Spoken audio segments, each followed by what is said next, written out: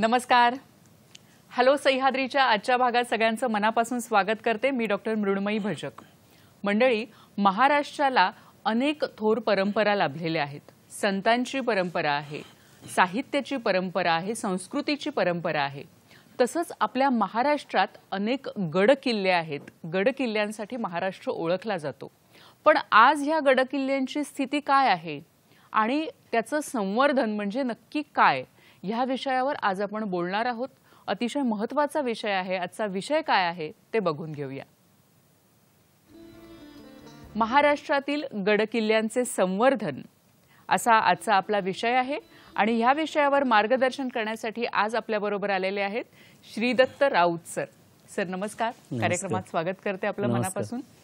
सरांची ओळख करून द्यायची तर गेल्या 21 वर्षापासून सर दुर्ग संवर्धन मोहिमेत कार्यरत आहेत. 3000हून अधिक श्रमदान मोहिमांमध्ये सरांनी काम केलेलं आहे. 2500हून अधिक मोहिमांचं नेतृत्व केलेलं आहे. तसंच 280हून अधिक गडकोटांवर त्यांनी लेखमाला लिहिलेली आहे. 26च्या वर त्यांची पुस्तकं प्रकाशित आहेत आणि महाराष्ट्रातील जवळजवळ 500 गडकोटांना त्यांनी भेट देखील दिलेली आहे. या संपूर्ण कामासाठी गेल्या 21 वर्षापासून ते हे काम करतायत. या संपूर्ण कामासाठी त्यांना आजवर 159 पुरस्कार आणि स्मृतिचिन्हांनी देखील सन्मानित केलेलं आहे. खरं तर आजची जी गडकोटांची स्थिती आहे ती फारशी बरी नाहीये, पण ती सुधारण्यासाठी, त्याचं संवर्धन करण्यासाठी नक्की काय केलं पाहिजे हे आज आपण कार्यक्रमातून जाणून घेणार आहोत. आणि सरांचे त्याविषयी काय प्रयत्न चालू आहेत, त्यामध्ये आपल्याला कसं सहभागी होता येईल, अशा सगळ्या मुद्द्यांवर आज आपण चर्चा करणार आहोत. तर सुरुवात करूया कार्यक्रमाला. सर नमस्कार. पुन्हा एकदा स्वागत करते आपल्या कार्यक्रमामध्ये. नमस्कार. आपण 21 वर्षापासून या मोहिमांमध्ये कार्यरत आहात. आपण आजवर अनेक गडांवर गेलेले आहात आणि फक्त तिथे गेलेला नाहीये, तर तिथे खऱ्या अर्थाने दुर्ग संवर्धन देखील केलेलं आहे. त्याकडे आपण येणारच आहोत सर. पण तुम्ही काय सांगाल की आज मितीला महाराष्ट्रामध्ये किती गड किल्ले आहेत आणि स्थिती काय आहे सध्या त्याची? सह्याद्रीचं सर्वात प्रथम अभिनंदन की पहिल्यांदा दुर्ग संवर्धन या विषयावरती परिसंवाद आयोजित केलेला आहे. महाराष्ट्रातल्या किल्ल्यांची सध्या अभ्यासकांनी जी काही नोंदवलेली आहे संख्या, त्यांची संख्या साधारणपणे 500 ते 550च्या घरात जाते. आणि स्थितीबद्दल सांगितलं तर महाराष्ट्रामध्ये ठामपणे आपण एकही किल्ला आज मितीला दाखवू शकत नाही की हा पूर्णपणे संवर्धन झालेला आहे. तरी स्थानिक पातळीवरती आणि सगळ्या पातळीवरती, शासकीय पातळीवरती प्रत्येक जण वाचवायचा एक प्रयत्न करतोय. पण किल्ल्यांची संख्या जी मी मगाशी सांगितली की 550, मी स्वतः 587 लहान मोठ्या दुर्गांची यादी तयार केलेली आहे. पण त्याच्यातलं ठामपणे आपण अगदी राजधानी रायगड जरी म्हटला तर तोही आपल्याला संवर्धन झालेला दिसत नाही. बरं, तुम्ही म्हणालात की संवर्धन झालेलं दिसत नाहीये, तर संवर्धन झालेलं असणं म्हणजे नक्की काय, काय सांगाल तुम्ही? दुर्ग संवर्धन म्हणजे काय? खरं तर पहिल्यांदाच याची सविस्तर व्याख्या देतोय की दुर्ग संवर्धन म्हटलं तर आजच्या मितीला सर्वजण असं गृहीत धरतात की दुर्ग संवर्धन म्हणजे गडावरती जाऊन प्रेमी युगलांनी जी नावं लिहिलेली आहेत ती नावं साफसफाई करणं, भिंतीवरची गडावरची पाणवठी स्वच्छ करणं, किंवा गडावरची एखाद्या वास्तूवरती धोकादायक अशी झाडं उगवली असतील तर ती झाडं काढून टाकणं. किंवा थोडक्यात दुर्ग संवर्धनाची सध्या व्याख्या ही गडावरती जाऊन स्वच्छता करणं एवढी सीमित ठेवलेली आहे. माझ्या दृष्टीने गेल्या 21 वर्षाचा जो मी प्रत्यक्ष गड किल्ल्यावरचा अनुभव घेतला, म्हणजे तो अनुभव मी म्हणेल की बरा वाईट दोन्ही प्रकारचा. तर त्या हिशोबाने दुर्ग संवर्धनाची व्याख्या म्हणजे प्रथम स्टेज पाहिजे ती त्या किल्ल्याबद्दल तुम्हाला सर्व काही माहिती पाहिजे.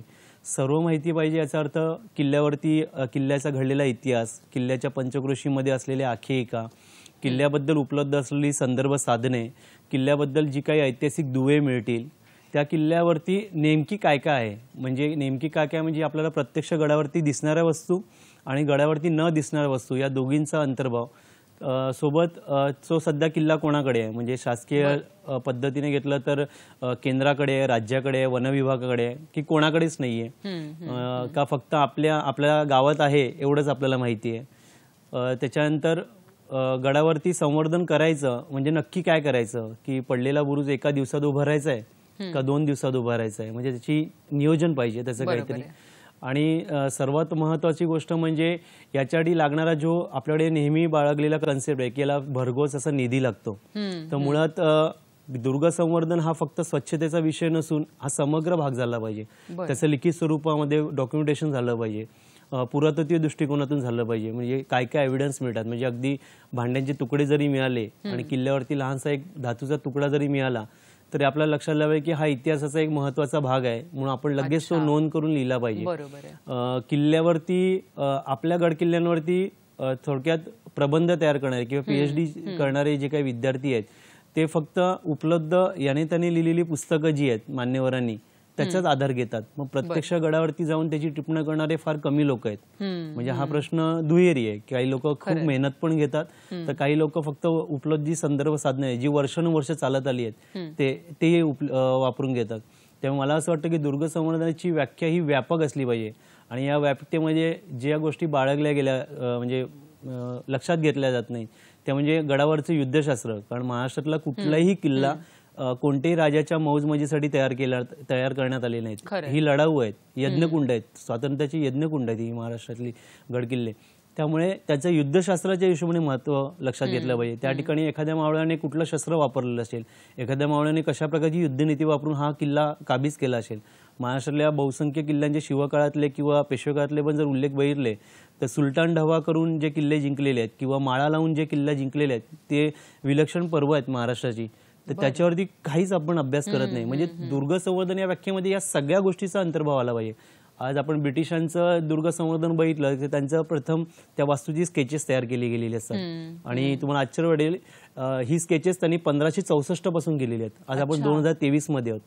तर आज बोललं तर कदाचित काही मंडळींना अतिशयोक्ती वाटेल, आपण जे ऑटोकॅड वापरतो त्यांनी काढलेली स्केचेस बघून असं वाटतं की ऑटोकॅड 500-600 वर्षापूर्वी होतं की काय. तर दुर्ग संवर्धन या वास्तूमध्ये ती गोष्ट आली पाहिजे की त्या किल्ल्याचे इतंभूत नकाशे मग ते एखाद्या लहान मुलांनी जरी तयार केलेले असतील तरी त्या किल्ल्याचा एक तो संदर्भ ठेवावून जातो. गडावरची दैवत आपण फार विसरून गेलेले आहेत. म्हणजे एखाद्या गडावरचं दैवत विसरून जाण्यासारखं दुःखच नाहीये. तर दुर्ग संवर्धन या व्याख्येमध्ये या सगळ्या गोष्टी जेव्हा अंतर्भूत होईल तेव्हा खऱ्या अर्थाने आपल्याला तो किल्ला कळेल आणि सोप्या शब्दात सांगायचं झालं तर तो किल्ला आपलासा असं वाटेल. खरंय. म्हणजे त्या किल्ल्याबद्दल तुम्ही आता जी व्याप्ती सांगितली ती प्रचंड आहे मला वाटतं. कारण त्याचा अगदी बारीक सारीक त्याचे तपशील, त्याचा अभ्यास, त्याचा इतिहास हे सगळं तुम्ही सांगितलं. तुम्ही एका मुद्द्याचा उल्लेख केलात की तिथे समजा काही आपल्याला जुनं भांड्याचा तुकडा किंवा असं काही सापडलं तर तेही आपल्याला जपून ठेवायला पाहिजे. तर तुमचा इतका अनुभव आहे, अनेक किल्ल्यांना तुम्ही भेटी दिलेल्या आहेत, तर आत्ता देखील म्हणजे 2023 मध्ये देखील अशा काही वस्तू सापडतात का तिथे किंवा सापडू शकतात का? ब्रिटिशांनी खरं तर मराठी सत्तेचा लोप पावल्यानंतर 1818 नंतर महाराष्ट्रातल्या बहुसंख्य किल्ल्यांवरच्या तोफा, बंदुका, गडावरची दैवतांचे दागिने, गडावरती उपलब्ध असणारे पालखी किंवा तत्सम इतर सर्व गोष्टी म्हणजे अगदी मी म्हणेल की गडावरची एखादी साधी बादली सुद्धा, रहाटावरची एखादी बादली सुद्धा गडाच्या खाली आणून ठेवली जेणेकरून पुढे असणाऱ्या क्रांतिकारी चळवळींना पाठिंबा मिळू नये आणि त्याचा गडाचा कोणी नंतर वापर करू नये. तर त्यामुळे गडावरती काही नाही असं म्हणू शकत नाही. खरं तर आज जर मी म्हटलं की गडावरती उत्खनन करणं गरजेचं आहे तर महाराष्ट्रातल्या बहुसंख्य गडावरती उत्खनन चालू होतील. ते उत्खनन पुरातत्व आणि राज्य पुरातत्व विभाग आणि केंद्रीय पुरातत्व विभागाच्या एका टीमच्या, ज्याला आपण पुरातत्व भाषेमध्ये शास्त्रशुद्ध पद्धतीने उत्खनन केलं पाहिजे या पॅटर्नमध्येच ते झालं पाहिजे. पण मी असं म्हणतो की स्वच्छता करताना तुम्हाला ज्या काही भांड्यांचे तुकडे मिळतात, अगदी आम्हाला देखील ज्या वेळेला तोफगोळे वगैरे मिळाले, अशिरीगड, टकमकगड, तोफगोळे म्हणजे एखाद दुसरा तुकडा, टकमक गडावरती आम्हाला साधारणपणे 3 का 4 तोफगोळे मिळालेले. तर आम्ही दुसऱ्याच दिवशी लगेच प्रेस नोट करून त्याच्यानंतर जशा वृत्तवाहिन्या आहेत या सगळ्या वाहिन्यांमधून ते मांडलं, लोकांपुढे आणलं की जेणेकरून लोकांना जास्तीत जास्त त्या पद्धतीने अभ्यास करता यावा. तुम्ही म्हणाल की लहानच्या तुकड्यावरून काय अभ्यास होईल, तर त्यावेळेच्या युद्धशास्त्राच्या हिशोबाने तो तोफगोळा फार महत्वाचा आहे की साधारणपणे किती शेराचा तो तोफगोळा वापरत होते आणि कशा प्रकारच्या गडावरती उपलब्ध असलेल्या तोफेमध्ये तो युटिलाइज केला जायचा. तर आपल्या त्या चित्रामध्ये पण तुम्ही बघू शकता की हे टकमकवरती मिळाले आणि विविध माध्यमातून हे तोफगोळे मिळालेले आहेत. टकमक वसई हायवेला सकवार नावाचं गाव आहे, त्या ठिकाणी हे तोफगोळे मिळालेले. आणि आमच्याही अगोदर बऱ्याचशा संघटनांनी आमच्याही अगोदर 15-20 वर्ष अगोदर तिकडे टाक्यांची स्वच्छता मोहीम केली होती आणि तेव्हा तर माझ्या माहितीनुसार पेपरामध्ये साधारण 250 तोफगोळे मिळाले होते. तर कालांतराने ते तिकडेच ठेवण्यात आले आणि नंतर मग लोकांनी त्याचा दुरुपयोग करून किंवा अज्ञानापोटी ते लंपास केले किंवा फेकून दिले. तर हा महत्वाचा दुवा असतो. खरं तर सर किती मोठी गोष्ट आहे ना की तोफगोळे खरं तर हल्लीच्या पिढीला बघायला देखील मिळत नाहीत आणि ते तुम्ही जतन केलेले आहेत, लोकांसमोर आणलेले आहेत की हा खरोखरच एक संशोधनाचा महत्वाचा मुद्दा आहे. केवळ वृत्तपत्राच्या माध्यमातून नाही, मी काही म्हणजे स्पष्ट सांगायचं म्हणजे किल्ल्याचा एक दुर्ग संवर्धन करणारा एक मावळा किंवा एक विद्यार्थी म्हणून एक काम करत होतो. तर परिणामी मला या दुर्ग संवर्धनामध्ये लेखक व्हावं लागलं.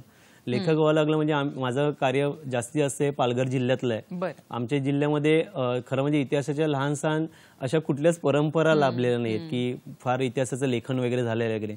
त्यामुळे मी ठरवलं की आपण एक छोटंसं काहीतरी लिखाण करायला चालू करूया. म्हणून मी स्थानिक वृत्तपत्रामध्ये लेख चालू केले.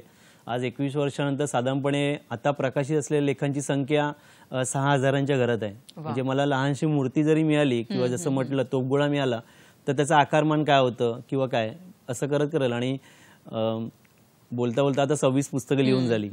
तर मला असं वाटतं की थोडा जास्त वेळ मिळाला तर एक 100 पुस्तकं लिहायची इच्छा आहे. नक्कीच सर, आपल्याकडून भरपूर पुस्तकं 100 तर होत, त्याच्यापेक्षा अधिकही होत अशी आम्ही इच्छा व्यक्त करतो. आणखीही खरं तर अनेक मुद्द्यांवर बोलायचे. दुर्ग संवर्धनाची व्याप्ती सरांनी सांगितलेली आहे, पण त्यातले जे बारकावे आहेत त्याबद्दल आपण बोलणार आहोत कार्यक्रमातून. आता वेळ झाली आहे एका छोट्याशा विश्रांतीची. पाहत रहा हॅलो सह्याद्री.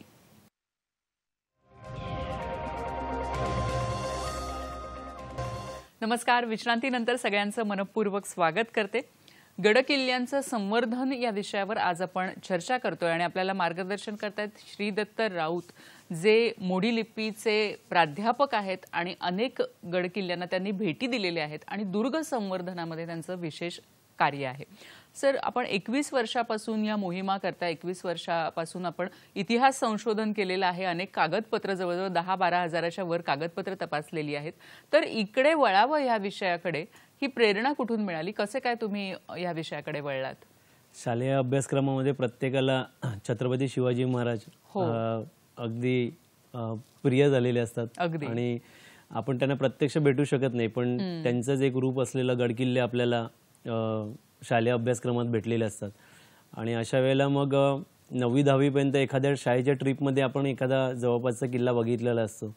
पण मग ज्या वेळेला माझं कॉलेज जीवनामध्ये राष्ट्रसेवा दल, साने गुरुजींचं राष्ट्रसेवा दल या कलापथकाशी आणि आदरणीय कवी नारायण सुर्वे यांच्याशी संपर्क झाला, त्यावेळेला मी पुणे, हडपसर, मुंडवा या गावामध्ये पथनाट्यामध्ये त्या होतो. म्हणजे कॉलेज जीवनामध्ये जवळपास त्यावेळेला राष्ट्रसेवा दलाच्या जवळपास 60हून अधिक पथनाट्यामध्ये मी भाग घेतला. ते करत असताना आदरणीय बाबा आमट्यांच्या माणगाव आणि सगळ्या प्रकल्पांना जेव्हा भेटी दिलेल्या, तेव्हा तिकडे असलेले जे काही वृद्धाश्रमांना आम्ही वगैरे भेटी दिल्या, त्यावेळेला तिकडच्या एका वृद्धाश्रमात भेट दिल्यावरती त्यांनी सांगितलं की तुम्ही तुमच्या भागात काय करत नाही तुमच्या आवडीचं. तर मी तेव्हा अर्थातच खूप लहान होतो. तर मी म्हटलं काय करूया. तर ते म्हणाले की तू कुठे राहतो? तर मी म्हटलं मी भाईंदरला राहतो. तर ते बोलले वसईचा किल्ला बघितलाय का? तर मी म्हटलं नाही, वसईला आम्ही कधी गेलो नाही. म्हणजे असं ट्रेनने प्रवास करणं म्हणजे गावाला जाणं असंच असायचं. तर त्यावेळेला मग म्हटलं हां, वसईचा किल्ला आम्ही बघणार म्हटलं. आणि ते म्हणाले बघू नको, जाऊन नीट कर. तर मला वाटलं नीट कर म्हणजे जाऊन कचरा वगैरे पडलेला असेल तो जाऊन साफ करावा लागेल. किल्ला पाहिला नसल्यामुळे तसंच आहे ना, ही गोष्ट आहे 2001-02ची. आणि मग त्यावेळेला मग ठरवलं की आपण वसईच्या किल्ल्यात जाऊया. किल्ल्यात गेल्यावरती तो किल्लाच दिसत नव्हता. म्हणजे आजही तो दिसत नाही. तो किल्ला झाडीने पूर्ण वेढलेला आहे. आणि किल्ल्याचं तट, बुरुज आणि किल्ल्यातल्या वास्तू या शोधाव्या लागतात. की किल्ल्यात आल्यावरती लोक विचारतात की किल्ला कुठे आहे. तर मग मी 2001 साली गेलो तर अजूनच आनंद होता. मग तिकडे गेल्यावरती मग मी तेव्हा छोटे बूथचे फोन असायचे. मग मी त्यांना फोन केला, म्हटलं तुम्ही असं कसं सांगितलं की किल्ला वाचवा म्हणून. तर ते म्हणाले अरे वेड्या, म्हणजे तू आज सुरुवात कर. तर ते माझ्या डोक्यात खूप भिनलं त्यावेळेला की आपल्याला. तिथून तुमचा सगळा प्रवास सुरू झाला. सर, आपल्याला एक फोन येतोय, तो घेऊया आणि पुन्हा या विषयावर येऊया. शिवानंद वसेदार आपल्याशी बोलतायत निपाणीहून. नमस्कार, आपला प्रश्न विचारा. नमस्कार मॅडम, निपाणीहून पत्रकार शिवानंद वसेदार बोलतोय मॅडम मी. आणि माझा प्रश्न असा आहे, जे किल्ले वगैरे आहेत, गड किल्ले वगैरे, हे फार पूर्वीच्या काळातले आहेत. आणि त्या आत्ताच्या परिस्थितीमध्ये ते थोडं थोडं ढासळून वगैरे पडतात, इकडे तिकडे होतात. आणि त्यासाठी सरकारनं म्हणजे ते देखरेख करण्यासाठी म्हणा, ते जपून ठेवण्यासाठी काय उपाययोजना करीत आहेत. आणि त्याचबरोबर आपले पब्लिक सुद्धा म्हणजे काय केलं पाहिजे, म्हणजे नागरिकांनी की किल्ले टिकून राहायला पाहिजे. म्हणजे काही लोक कसं करतात, गैरवर्तणूक वगैरे करतात, त्या ठिकाणी तोडफोड करतात किंवा लिखाण वगैरे करतात. मग तशा लोकांना तुम्ही काय सांगाल, असा माझा प्रश्न आहे. धन्यवाद. धन्यवाद आपल्या प्रश्नाबद्दल. सर, हा खरं तर मला वाटतं की प्रत्येकाच्या मनातला, प्रत्येक नागरिकाच्या मनातला प्रश्न आहे. कारण दोन ह्याच्यामध्ये मुद्दे येतात. एक तर सरकारने काय केलं पाहिजे किंवा सरकार काय करतंय, आणि दुसरं सर्वसामान्य माणसांनी काय केलं पाहिजे. सरकारने काय केलं पाहिजे हा प्रश्न मर्मावरती बोट ठेवण्यासारखा आहे, त्यामुळे मी त्याच्यावरती नंतर बोलतो. माझ्यासाठी जे महत्त्वाचं आहे की मी काय केलं पाहिजे. तर आजच्या कार्यक्रमाचा मुख्य उद्दिष्ट ते आहे की मी काय केलं पाहिजे. तर म्हणजे सरांनी आता जसं विचारलं की सरकार काय करते नाही करते, आपण काय केलं पाहिजे. महत्त्वाचा गोष्ट म्हणजे आपण ज्या ठिकाणी मावळ्यांचे किंवा छत्रपती शिवरायांचा पदस्पर्श झाले या गडकिल्ल्यावरती जातोय, तर ती आपली मंदिर आहेत हे भाव ठेवला पाहिजे. आपण आपल्या घरात ठेवतो की नाही माहित नाही, पण आपण मंदिरात गेल्यावरती जो भाव ठेवतो, म्हणजे आजही मी कुठल्या किल्ल्यावरती गेलो त्याच्या प्रवेशद्वारा पहिलं नतमस्तक होतो की ते आपल्या मावळ्यांनी आपल्यासाठी काहीतरी केलंय. हा भाव एकदम तटस्थ असतो, एकदम की भारावलेला असतो की इथे हा मावळा येऊन गेलाय, महाराजांनी सांगितल्यानंतर तो शेवटच्या श्वासापर्यंत लढलेला आहे, हे फार प्रचंड मनामध्ये भिनलेलं असतं. त्यांनी विचारलं काय केलं पाहिजे, तर सर्वात महत्त्वाचे म्हणजे महाराष्ट्रामध्ये आता दारूबंदी लागू झालेली आहे गड किल्ल्यांवरती. पण ही लागू झाली या शब्दाचा अर्थ सांगतो. महाराष्ट्रातल्या स्थानिक ग्रामपंचायत किंवा स्थानिक पोलीस किंवा प्रशासन व्यवस्था जी काय आहे खाली, त्या ठिकाणी कोणालाही याचा अनेक्षर काय गेलं नाहीये. लागू झाली आहे म्हणजे फक्त टीव्हीवरती लागू झाली आहे. आजही महाराष्ट्रातल्या किल्ल्यांवरती, आता कुठल्या किल्ल्याचं नाव घेण्यात काही हे नाहीये, महाराष्ट्रातल्या किल्ल्यांवरती हजारोच्या संख्येने दुर्गमित्र दारूच्या बाटल्या गोळा करत आहेत.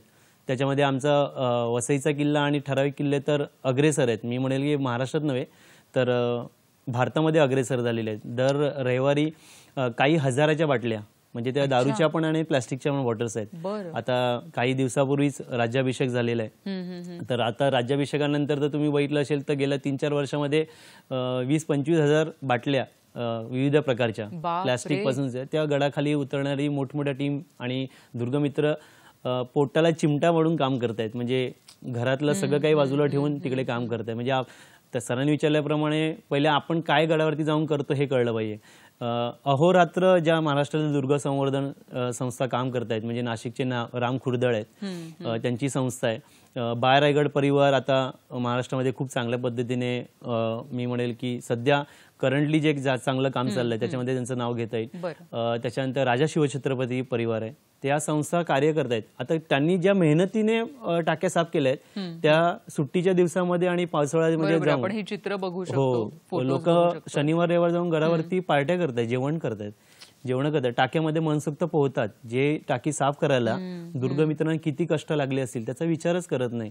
आणि त्यांनी विचारल्याप्रमाणे काय करता येईल, तर सर्वात मेन म्हणजे पहिले आपण कुठल्याही किल्ल्याचं संवर्धन करण्याच्या अगोदर त्या किल्ल्याचं सर्वात महत्त्वाचं काय असेल ते म्हणजे अभ्यास करणं गरजेचं आहे. मुलाबाळांना आपण वाढदिवसाच्या निमित्ताने आणि सगळ्या वेळेला कुठे कुठे फिरायला नेतो, तर आपण असं का ठरवत नाही की आमचे सगळे आयुष्यातले सगळे वाढदिवस हे गडांवरतीच करू. म्हणजे गडावरती जाऊन केक कापणं नाही सांगत आहे मी. वाढदिवस म्हणजे आम्ही दिवाळी, आज मी 21 वर्ष म्हणजे दिवाळी, दसरा, गुढीपाडवा, म्हणजे जे कुठला आपल्या हिंदू बांधवांचा सगळा सण असेल आपला, तो सगळं आम्ही गडांवरतीच करतो असा मी नियम केलेला आहे. नियम स्वतःपासून सुरुवात करावं लागेल. मी गडावरती गेलो, गडातल्या दैवतीची पूजा केली, गडावरती त्या टाक्यामधला अभिषेक शंभू महादेवाला केला, गणपती बाप्पाला केला, आमचा देव अजून छान वाटेल की. तर ही आपल्यापासून सुरुवात करा.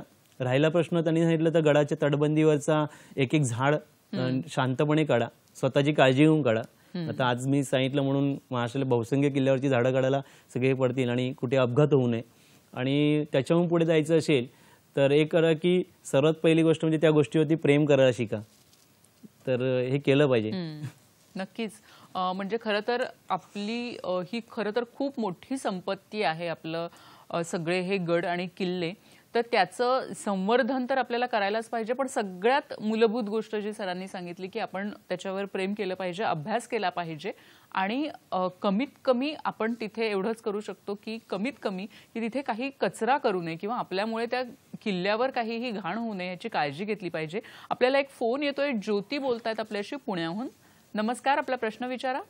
हा, माझा प्रश्न असा आहे की मी जेव्हा जर्मनीमध्ये फिरते किंवा भूतानमध्ये मी गेले होते, तर त्यावेळेला त्या लोकांनी त्यांचे किल्ले खूप चांगले, सरांनी सांगितलं तसे संवर्धन तर केलेलेच आहे, पण त्यामध्ये त्यांनी इंग्लिशमध्येही माहिती लिहिली आहे आणि जर्मन भाषेतही माहिती लिहिली आहे. बऱ्याच ठिकाणी त्यांचे ऑडिओज अवेलेबल असतात की तुम्ही जसे जसे एकेका पॉइंटला पुढे फिरताय तर तिकडे तिकडे तुम्हाला ती माहिती ऐकवली जाते. आणि भूतानमध्ये तर दर 20 वर्षांनी 10 वर्षांनी त्यांचा ठरलेला काळ आहे, त्यानंतर ते सगळं रिपेंट केलं जातं जसे ओरिजिनल रंग होते.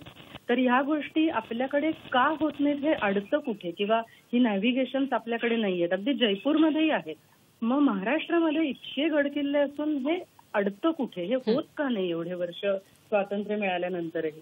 धन्यवाद आपल्या प्रश्नाबद्दल. मला वाटतं हाही एक ज्यांचं खरोखर गड किल्ल्यांवर, आपल्या इथल्या वास्तूंवर आणि प्रेम आहे, तर त्यांच्या मनात हा खदखदणारा प्रश्न आहे की हे शक्य आहे पण होत का नाहीये. आता मला शासकीय याच्यावर बोलायला लागेल. तर होत का नाही याचं सोपं उत्तर आहे ताई की आपण ते करून घेत नाही आणि आपण ते करत नाही. मेन म्हणजे आपल्याला कोणी अडवलेलं नाहीये. म्हणजे अनेकदा आपल्याला सांगितलं जातं की या किल्ल्यावरती जायला बंदी आहे. म्हणजे मी लहान असताना मला तेच सांगितलं जातं की किल्ल्यावरती दारू पितात, किल्ल्यावरती काही वाईट लोक असतात म्हणून गडावरती जायचं नाही. मुळात आपण आपल्या इकडे तर पहिले चित्र बदललं पाहिजे. आपल्या जे गड किल्ले म्हटलं तर पिकनिक स्पॉट म्हणून होतं. पर्यटन विकास म्हणजे आत्ताची व्याख्या तेच झाली की गडावरती जाऊन मौज मजा करायची. पण किल्ल्यावरती अभ्यास करणारे किती जातात हा महत्त्वाचा प्रश्न आहे की किल्ल्यावरती गेल्यावरती अभ्यास केला पाहिजे. आणि त्यांनी सांगितलं की परदेशातलं, म्हणजे परदेशातलंच कसं लांबचं काही सांगत नाही. आपण राजस्थानमधले किल्ले बघितले तर छान वाटतात आणि आपण उत्तर असं देतो की महाराष्ट्रामध्ये सतत संघर्ष झाल्यामुळे आपले गडकिल्ले पडलेले आहेत.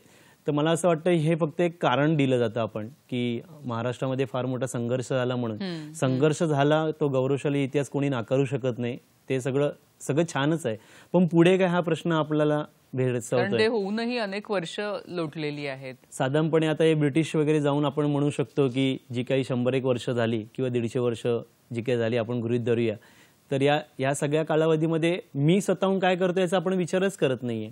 ताईंनी आता सांगितलं की त्यातलं महत्त्वाचं वाक्य होतं की चित्रकला, खूप चांगल्या पेंटिंग्स आणि माहिती लावल्याची. आता तुम्ही बघा किती जणांची नावं घ्यावी, अगदी गोनी दांडेकरांपासून ते बाबासाहेब पुरंदरांपासून सगळे, आणि अगदी आतापर्यंतच्या कालावधीमधले किती जण या गडकिल्ल्यांवरती आपल्या लेखमालेतून आणि पुस्तकातून लिहित आहेत. माझे मित्र राज मेमाणे जे मोडीचे खूप चांगले जाणकार अभ्यासक आहेत, ते ही लोक रात्रंदिवस म्हणजे मेहनत करत आहेत. पुण्याचे मंदार लवाटे, आदरणीय मंदार लवाटे सर, तर ही सगळी माणसं काम करत आहेत. पण प्रश्न असतो ताई की संधीच मिळत नाही, कोणाला संधीच मिळत नाही. अगदी आपणही प्रेमाने काही गिरीमित्रांनी प्रत्येक किल्ल्यांचे नकाशे लावलेले आहेत किल्ल्यांवरती, पुरातत्वीय नियम आणि यानुसार ते 2 तासात काढून टाकले लोकांनी. त्यामुळे आपल्याकडे का होत नाही तर आपण त्याचा हट्ट धरत नाही. म्हणजे मी नेहमी म्हणतो की किल्ले संवर्धनासाठी राज्य आणि केंद्र हे काहीतरी करणार आहे, याचं वाट बघण्यात काही अर्थ नाही. आपण चांगल्यातलं चांगलं काय करू शकतो याच्याकडे भर दिला पाहिजे आणि सगळ्यांना एकत्र घेऊन ते काम करता आलं पाहिजे. बरोबर आहे. तर आणि राहिला प्रश्न परदेशातला, तर मी नेहमी म्हणतो की परदेशात जाणारा पण 70-75% लोक आपलीच आहेत. तर आपली जशी गड किल्ल्यांवरती एक भूमिका अशी आहे की वाईट लोक जातात, तशी आपण एक भूमिका आत्तापासून सुरुवात करूया, अगदी या क्षणापासून सुरुवात करूया की चांगली लोक गडावरती जात आहेत. आपण चांगले गेल्यावरती वाईट तिकडे बसतील का? तर नाही. आता प्रश्न आहे की ते उदास पडलेले आहेत, कुठेतरी बुरुज पडतोय दररोज, कुठली तरी एक महादरवाजा कोसळतोय, आपण फक्त हळहळ व्यक्त करतोय. आपल्याला पुढे जायचं असेल, आता परदेशातल्या किल्ल्यांचं उदाहरण घेऊन फायदा नाही. मी म्हणेल की त्यांच्यापेक्षा आपण 200 वर्ष मागे आहोत. मी म्हणेल 200 वर्ष, ती अतिशयोक्ती नाहीये. त्यांनी जे असंच सुंदर केलेलं आहे. काही किल्ल्यांची नावं घेतली तिकडे कॅसल म्हणून जे म्हणतात, तर ते आजही या क्षणाला लढतील असे आपण तयार करून त्यांनी ठेवलेले आहेत. आणि आपल्या इथे कुठून सुरुवात करावी हाच प्रश्न आहे. तर त्याची सुरुवात एकच आहे की आपण स्वतःपासून सुरुवात करणं. आपल्या मुलाला चांगली चित्रकला येत असेल तर त्याला गडावरती न्या, त्याकडून चांगले स्केचेस करून घ्या. आपल्या मुलांना बाहेरच्या लिप्या शिकवायला आपण हे करतोय की परदेशात जायचं आहे म्हणून बाहेरच्या लिप्या, फ्रेंच शिका, जपानी शिका, पोर्तुगीज शिका. तर आपण कधी सांगत नाही मुला की ब्राह्मी शिक रे, खरोष्टी शिक, मोडी शिका, हे कधीच सांगत नाही. आणि आपल्याला ते दुय्यम वाटतं. आपल्याला भारत देश वाचवायचा असेल तर गडकिल्ल्याशिवाय पर्याय नाहीये. तुम्ही महाराष्ट्राचा एकंदरीत इतिहास बघितला तर हे गडकिल्ल्यांची उपयोगिता कधीच संपलेली नाही. खरंय. प्रत्येक 200-300 वर्षानंतर ते किल्ले पुन्हा पुन्हा आपल्यासाठी स्वराज्यासाठी लढलेले आहेत. मुळात असं आहे की आपण या सगळ्या बाकी विवंचनेमध्ये इतकं अडकलेलो आहे तर आपण शिवजयंतीपुरतीच ही हळहळ व्यक्त करतो. तर ज्याचा त्याचा विचार आपण सुरुवात केला पाहिजे. आणि नक्कीच, म्हणजे सुरुवात ही आपल्यापासून करायला पाहिजे. आणि जसं सरांनी सांगितलं की फक्त आपल्यापासून नाही तर एक सगळ्या लोकांना घेऊन जर आपण बरोबर गेलो तर ही परिस्थिती सुधारायला नक्कीच मदत होईल. आणखीही अनेक मुद्द्यांवर आपण बोलणार आहोत की हे जे दुर्ग संवर्धनामधलं अपयश आहे ते कशामुळे आहे, काय आहे, त्याविषयी बोलणार आहोत. आत्ता दुर्ग संवर्धनामध्ये काय काय काम चालू आहे संपूर्ण महाराष्ट्रात त्याविषयीही बोलणार आहोत. आता वेळ झाली एका छोट्याशा विश्रांतीची. पाहत रहा हॅलो सह्याद्री.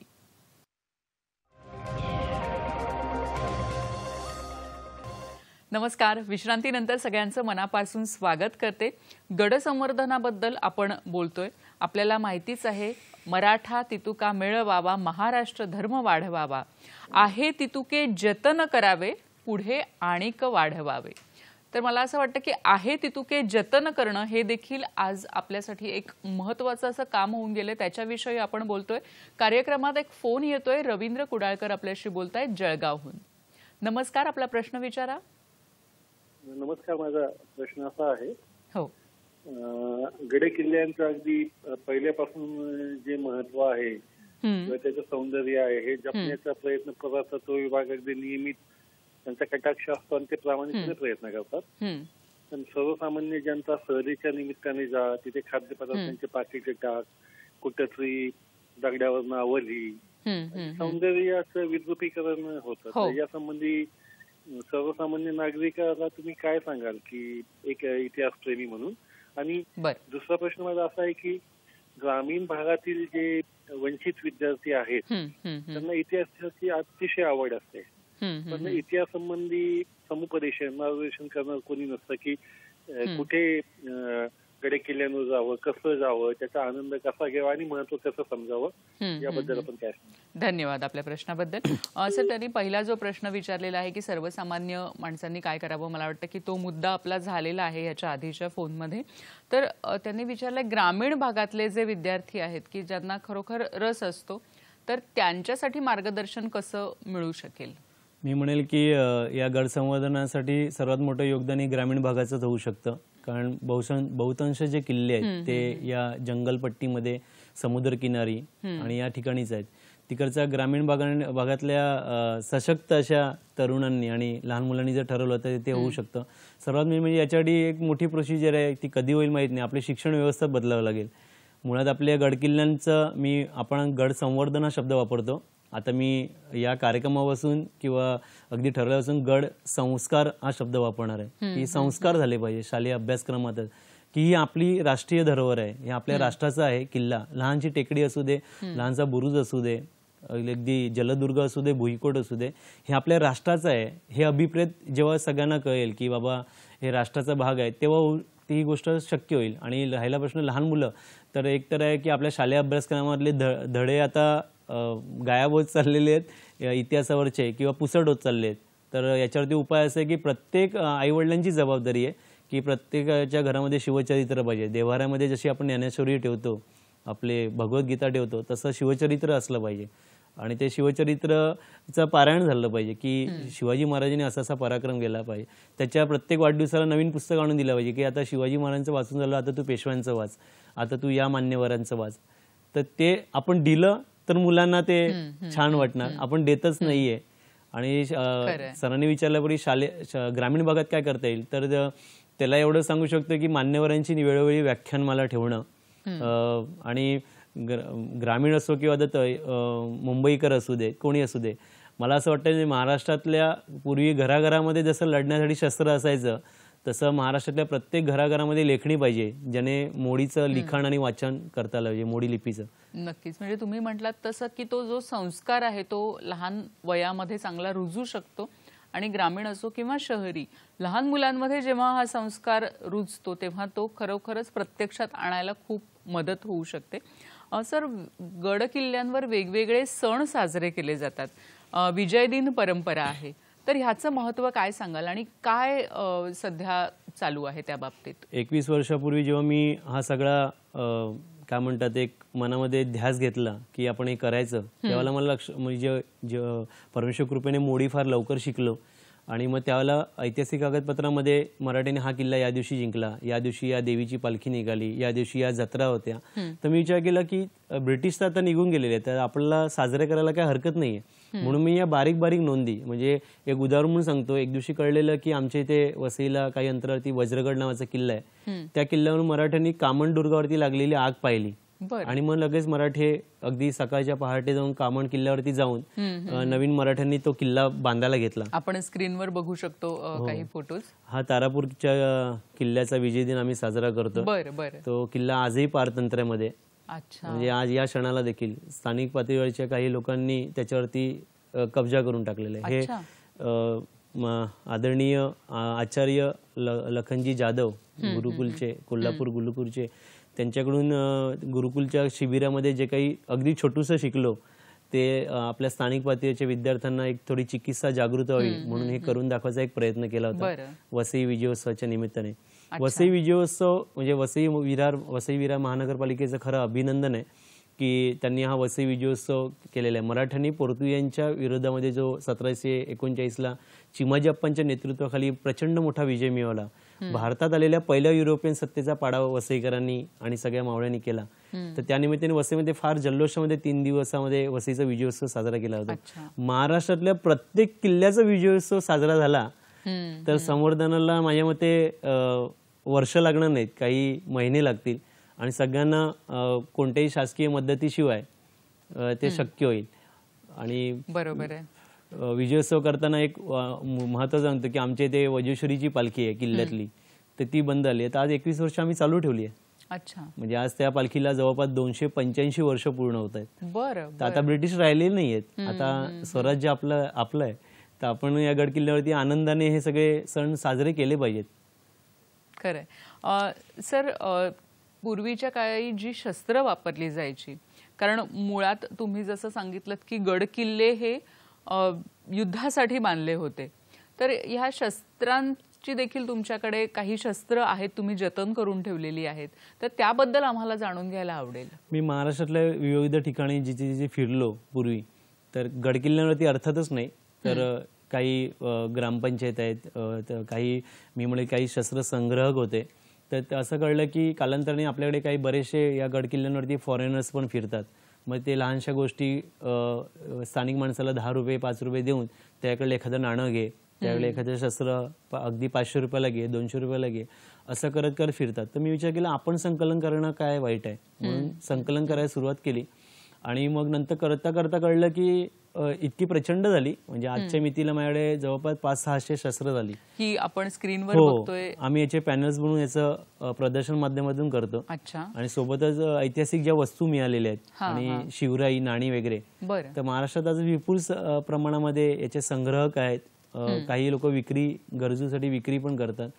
तर म्हणजे ही आपण संग्रह करू शकतो आणि याच्यातून मुलांना फार आनंद होतो. म्हणजे मी म्हणेल की महाराष्ट्राला प्रत्येक गावातल्या मूर्त्या आणि साहित्य फोटोग्राफ्स जर केले, गड किल्ल्यांची छायाचित्र आहेत, गड किल्ल्यांची छायाचित्र आहेत, तर प्रत्येक विद्यार्थी आपला हे जमा करू शकतो. म्हणजे असं नाही की मी जमा केले वगैरे, आणि होऊ शकते शक्य. याच्यामध्ये एक महत्वाचं सांगतो मी, आदरणीय आचार्य आमचे लखनजी गुरुजी किंवा लखनजी जाधव सर, तर ही शस्त्र नुसतं जमा करून फायदा नाही. आपल्याला येणाऱ्या काळामध्ये परकीय सत्तांविरुद्ध लढावं पण लागेल कदाचित, किंवा मला तर ठाम वाटतं की लढावं लागेलच. तर हे करण्यासाठी भारतामध्ये आता फार मोजकी गुरुकुल शिल्लक आहे. त्यापैकी कोल्हापूरमधलं गारगोटीला गुरुकुल आहे, वेंगरूळ भागामध्ये. तर या ठिकाणी मी म्हणेल की एक राष्ट्र घडवण्यासाठी जे विद्यार्थी तयार केले जातात त्याचं एक खूप सुंदर असं महाराष्ट्र पडलेलं स्वप्न आहे सुंदर तिकडे. तर मला असं वाटतं की प्रत्येकाने त्या गुरुकुलमध्ये किंवा भारतातल्या इतरही कुठल्या गुरुकुलमध्ये जाऊन शिकलं पाहिजे. नुसतं शस्त्र बघून ते उजवीकडून धरायचं का डावीकडून धरायचं ते माहिती नसतं आपल्याला. तर मुलांना शस्त्रविद्येमध्ये पण पारंगत करणं गरजेचं आहे. आणि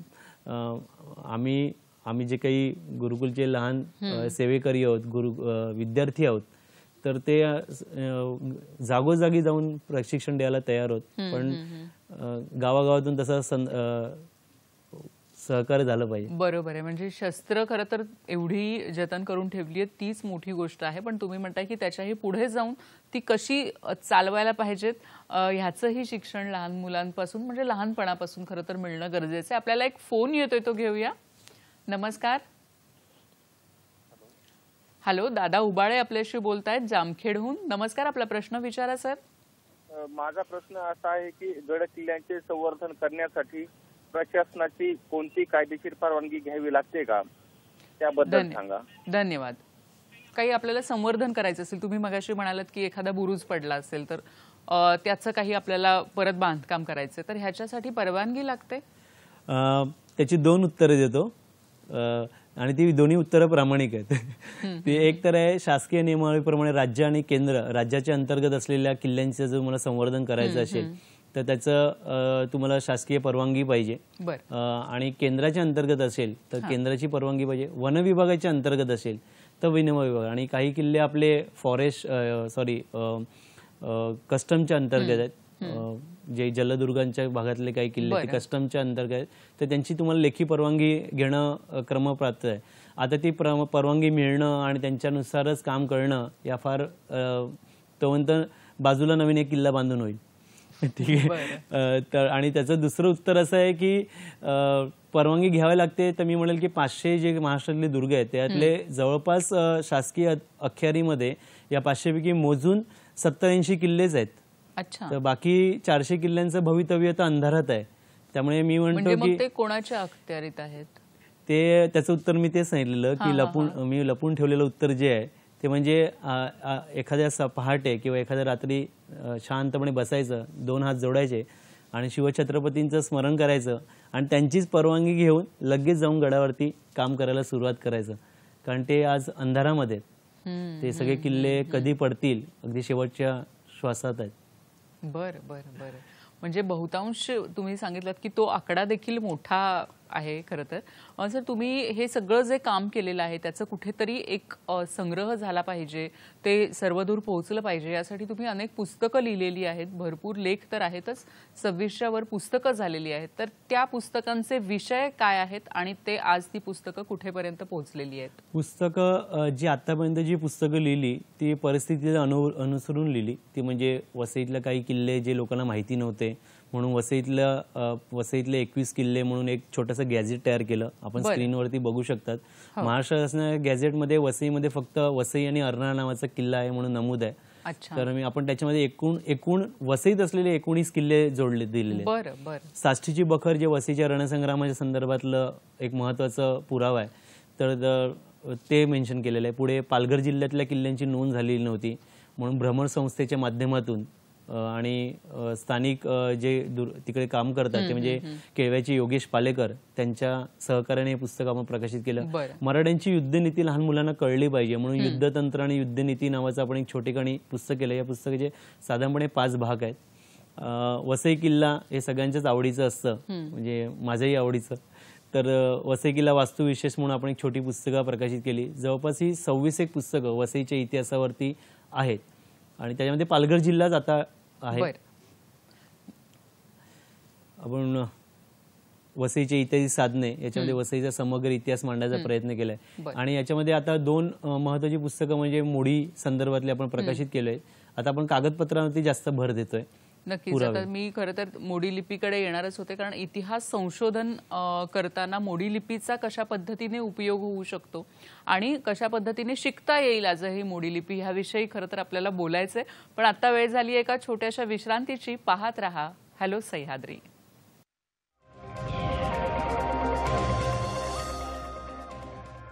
नमस्कार. विश्रांतीनंतर सगळ्यांचं मनापासून स्वागत करते.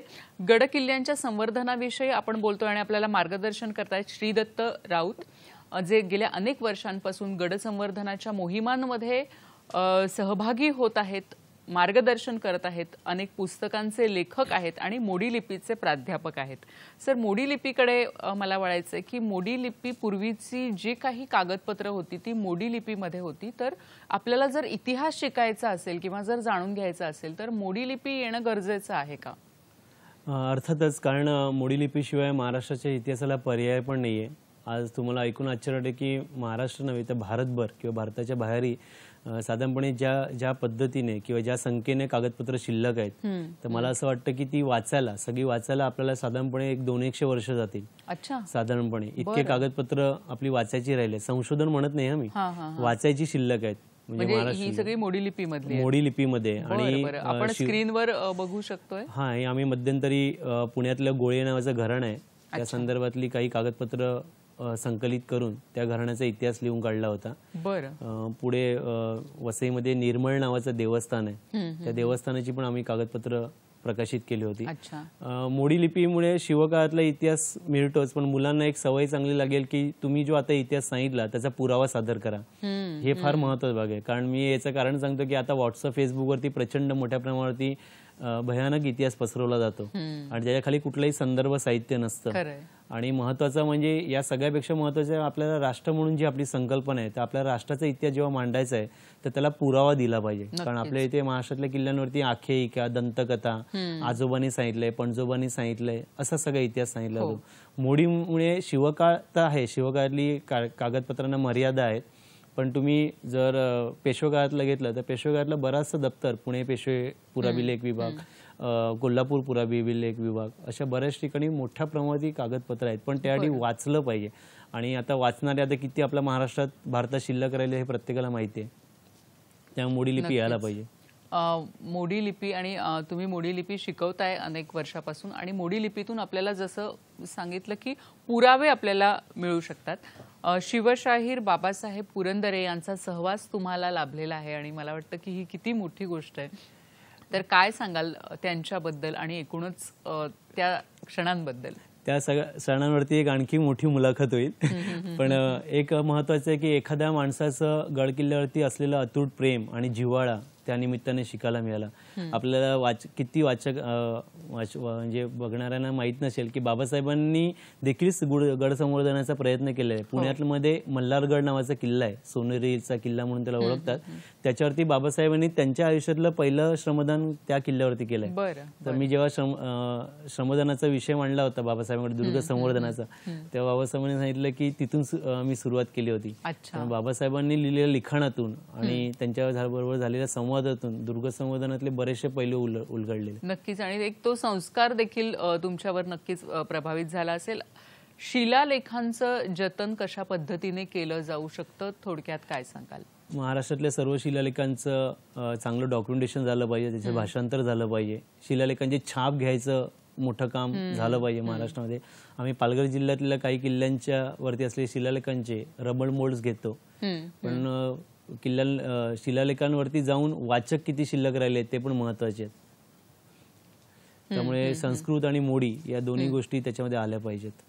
नक्कीच. आपण स्क्रीनवर आपण बघू शकतो या सगळ्या गोष्टी. शिलालेख रबो मोल्ड घेतलेला आहे किल्ल्यांवरती. आपण गणपती वगैरे तयार करताना जो करतो त्याने शिलालेखाला कुठलीही इजा होत नाही. नक्कीच. आपण खरं तर आज वेगवेगळ्या अनेक मुद्द्यांवर चर्चा केलेली आहे.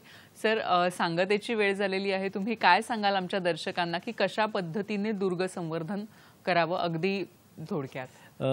एकच आहे की कोणाची वाट बघू नका आणि स्वतःहून जेवढं जास्तीत जास्त संवर्धनासाठी प्रयत्न करता येईल ते करा. माझा संपर्क क्रमांक आहेच बरेच जणांकडे, तर तुम्ही तुमच्या गावामध्ये जर काही असेल तर मला संपर्क करून बोलवा. आणि मगाशी सांगितल्याप्रमाणे आपल्या घरापासून सुरुवात करा. दुर्ग संस्कार हाच एक त्या निमित्ताने नवीन विषय देऊ शकतो महाराष्ट्राला. सगळ्यांना शुभेच्छा आहे आणि येणाऱ्या काळामध्ये आपण एकतरी संवर्धन केलेला पूर्ण किल्ला बघू हीच आशा व्यक्त करतो. नक्कीच.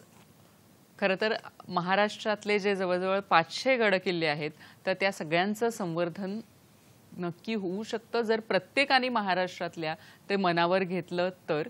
कसा वाटला आमचा आजचा कार्यक्रम जरूर आम्हाला कळवा. त्यासाठी फेसबुकचं माध्यम आहे, सोशल मीडियाचं माध्यम आहे, त्याद्वारे आपण कळवू शकता. हा कार्यक्रम आणि आमचे इतरही कार्यक्रम आपण पाहू शकता यूट्यूबवर आणि ट्विटर हँडल आहे @DD सह्याद्री. सर, आपण इथे आलात आणि खूप वेगवेगळ्या विषयांवर खरं तर मार्गदर्शन केलं. अनेक असे पैलू होते जे माहिती नव्हते, ते आज प्रकाशात आले.